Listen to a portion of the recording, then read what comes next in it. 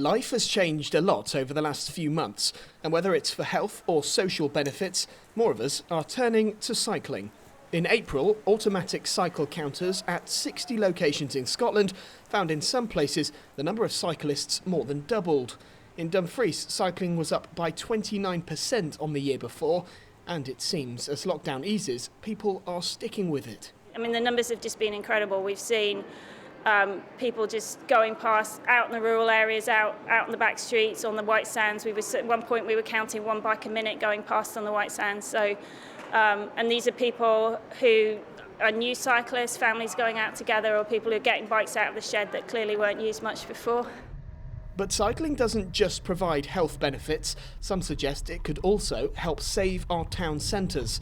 Researchers in London found that people walking, cycling and using public transport spend more than motorists in local shops. Obviously, we've got an economic recovery that's going to have to come about, and walking and cycling is, it's great. It's good for the community. It's not polluting, doesn't take up as much space.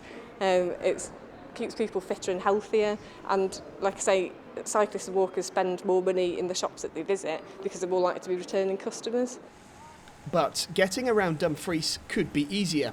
Cyclists feel the town centre is a muddle of one-way systems, which is putting people off using bikes. Short term, it'd be really nice to see being able just to cycle freely up the carefully up the pedestrianised streets, the one-way streets, without having to stick to the car rules. And then long term, just to look at how you can join up suburbs like Georgetown more easily into the cycle network so that people can do the whole journey safely rather than just the last bit.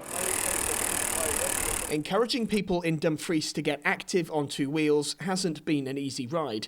In 2010, the council launched the Bike to Go scheme, but uptake was low, and 5 years later, they disappeared from our streets.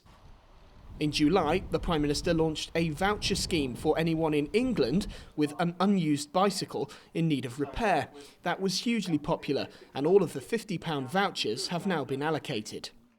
Back in Dumfries and Galloway, a consultation into how town centre spaces can be better organised in a COVID world ended last month.